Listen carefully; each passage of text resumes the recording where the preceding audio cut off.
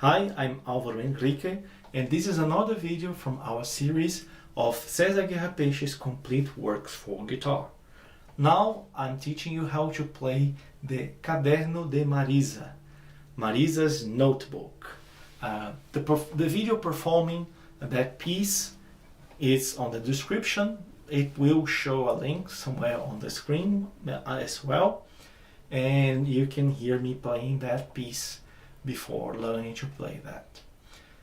Those four pieces are quite easy. You should play them from your second to your third semester playing the guitar. If you have played other instrument, if your reading skills are very good, you can play that on your second semester. Technically they are not challenging, but because it uses 18th, 16th notes, changes of measures, and there are a few notes on the seventh position, it can be a little challenging to read them. But if you have good reading skills, and technically they are as difficult as your very first guitar pieces, then you can play them well at your second semester playing the guitar. If you don't have such strong reading skills, you can play them on your third semester, which is usually when we start reading Leo Brouwer's Studios Sencillos. It is easier not only to read but also to play than the very first Studio Sencillo, so it's a piece for the third semester as well. Mariza was a woman that Guerra-Peixe met. They had some loving relationship, probably a platonic one, and each one followed their own path, but the music stayed.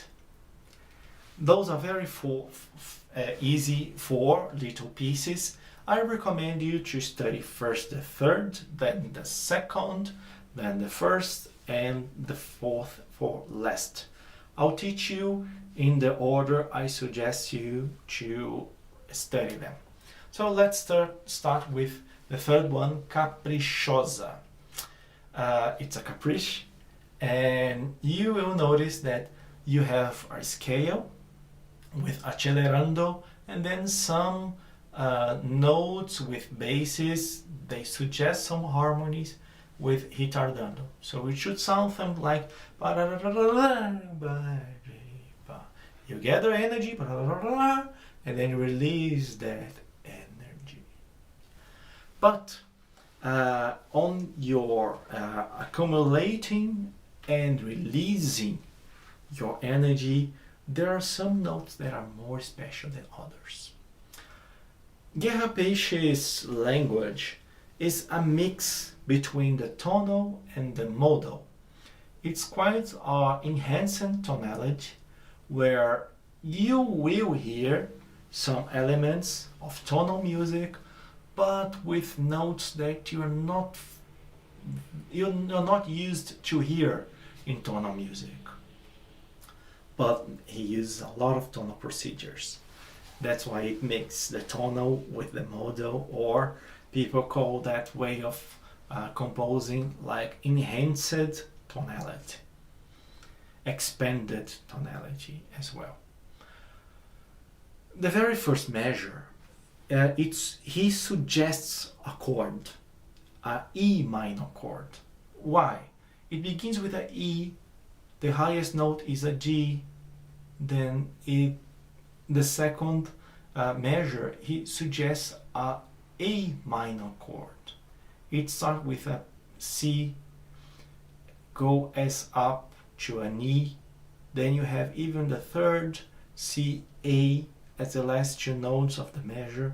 So he suggests those harmonies, E minor, A minor.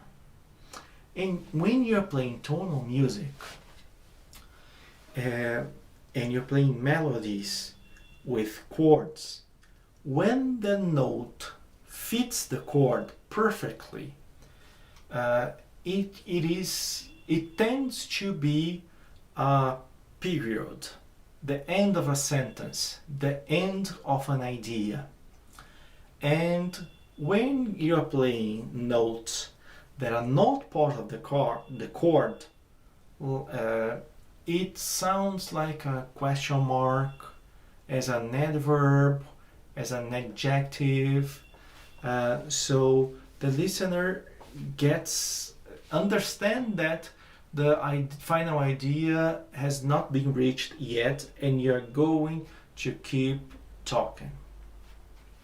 So on your first measure, you will have no such notes, because an E minor chord consists of the notes E, G, and B.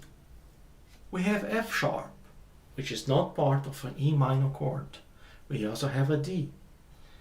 On the second measure, it's an A minor chord. We have A minor, A, C, and E. We have a D, which is not part of the A minor chord. Those are notes which you should stress a little bit more, stay a little bit longer, and you keep your momentum going. Your listener understand that you are not finished yet. So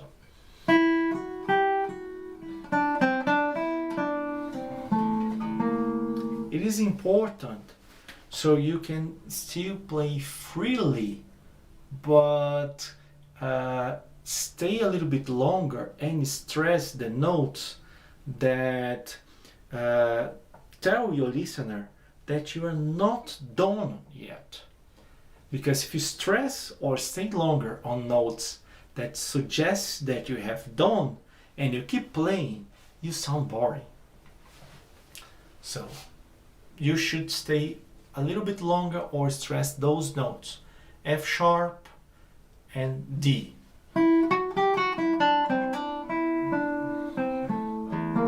And here, of course, the B flat is not part of the E minor chord. And here we have an E. E2 period. You have finished your D. And then you're beginning a new one. Nice. The same idea goes to the next chords. You have an A major with ninth chord, A, C sharp, E, and then you have an F. F's not part of that chord. You can stress that note. You can stay a little bit longer there.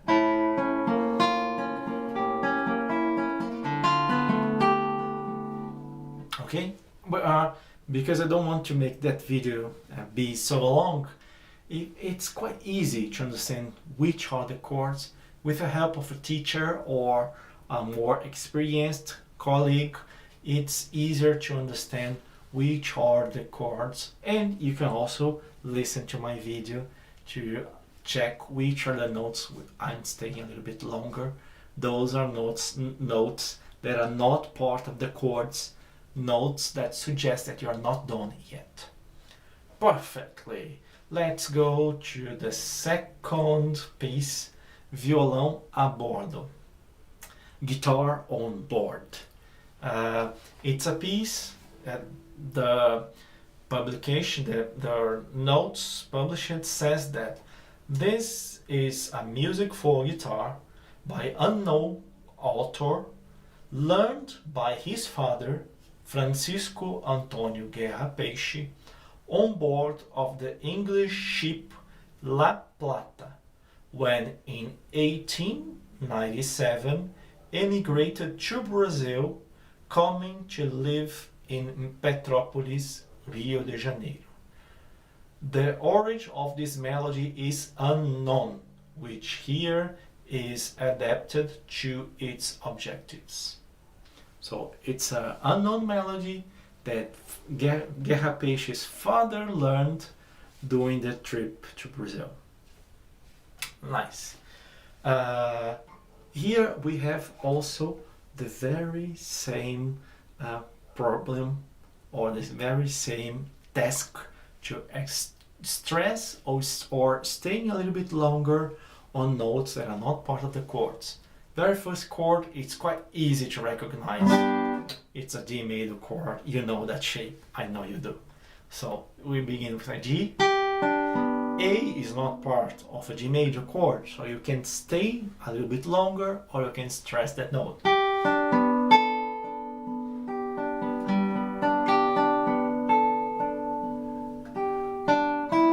E is not part of the chord, and that's so good for us because it's an open string. You can stay longer on that note and it makes easier to change for the next chord. But then here we have no easy solution. We have this F sharp and you have to change very fast from here to here. How you can study that chord change? Easily. Study the Jedi Kung Fu way. How so? You pluck the last note, F sharp, and release as fast as possible. Then you think what you have to play. Think first. It's very important to think first. You have to use your mind power to achieve your Jedi Kung Fu level. So think first and then play as fast as possible.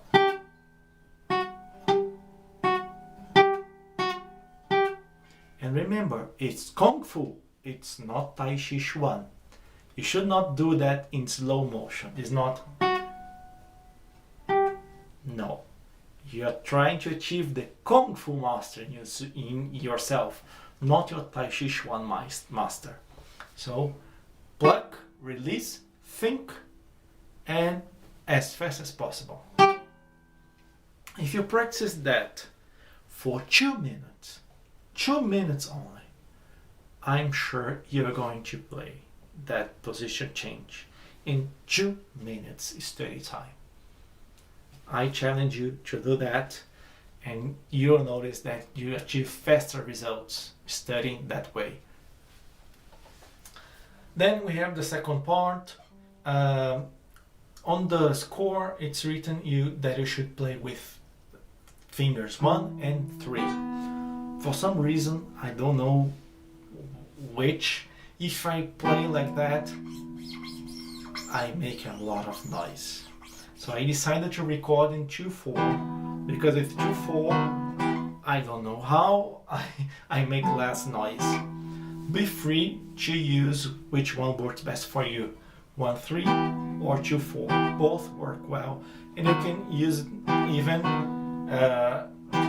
change from one to the other to avoid some jumps. That's all. If you have any doubt on how to change positions, use that same Jedi Kung Fu trick I've just taught you. Let's go to the entrada. Once more, stress the notes that are not part of the chord to achieve more beautiful textures.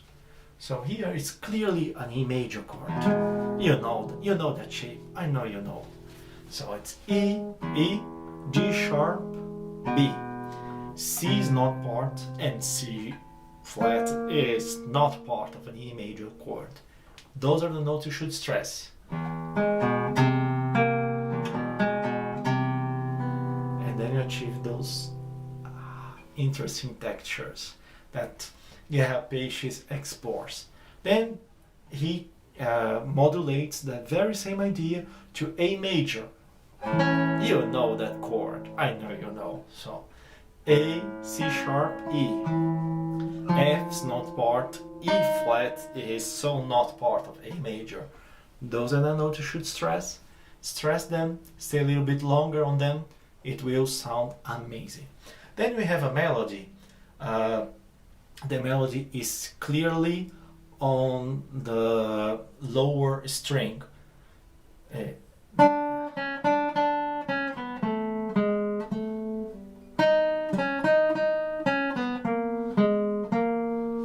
But Guerra-Peixe asks us to play at the same time other open strings, and he used some seconds, some thirds because of that.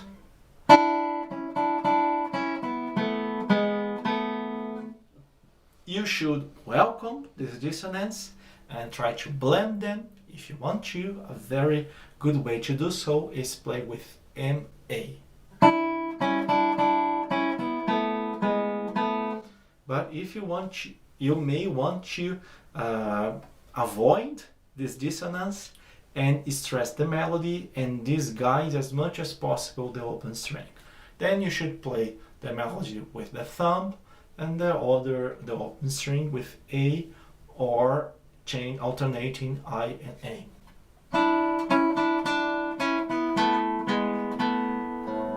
I prefer to blend and welcome the dissonance, but play as you like. Both ways work well. Okay? So let's move forward to Menino da Congada. It's the boy from the Congada. Congada is a popular dance. Here, the real challenge is this should sound forte, very strong. And to achieve that forte, you should play in a region of the string which usually sound metallic. You can avoid an aggressive sound by plucking a little bit more laterally than perpendicularly.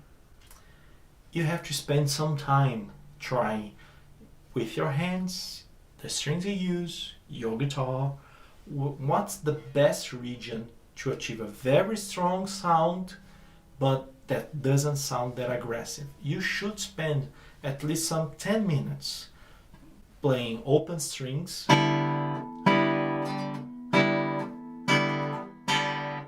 looking for different regions and different angles, so you can achieve a sound that you think fits that piece, which is as strong, allows you to play very strong, but is not aggressive to your listener. Okay? One more mark to be done. The score begins with some horizontal lines above the treble strings. There are many guitar publications which these horizontal lines indicate apoiando, a rest stroke. This is definitely not the case. It's even impossible to play these notes as a rest stroke. This mark is more traditionally used on music notation to tell it is a tenuto, to tell it's a sound. It should sound legato. You should keep the note sounding until the beginning of the next note. That's what's really Guerra-Peixe is telling us, and there are some few notes marked staccato. So technically, and also to read, it's quite easy, but I decided to ask you to play that 4 last because that search for a good region to achieve a great sound for that piece, it's some work to be done without the score, which usually guitar students don't have patience to do. And if you just be patient enough to spend some 10 minutes looking for a good region, for a good sound, that piece will sound very well. Thank you for your interest on playing the Caderno de Mariza, Mariza's notebook, and I hope you have fun playing this Guerra-Peixe piece.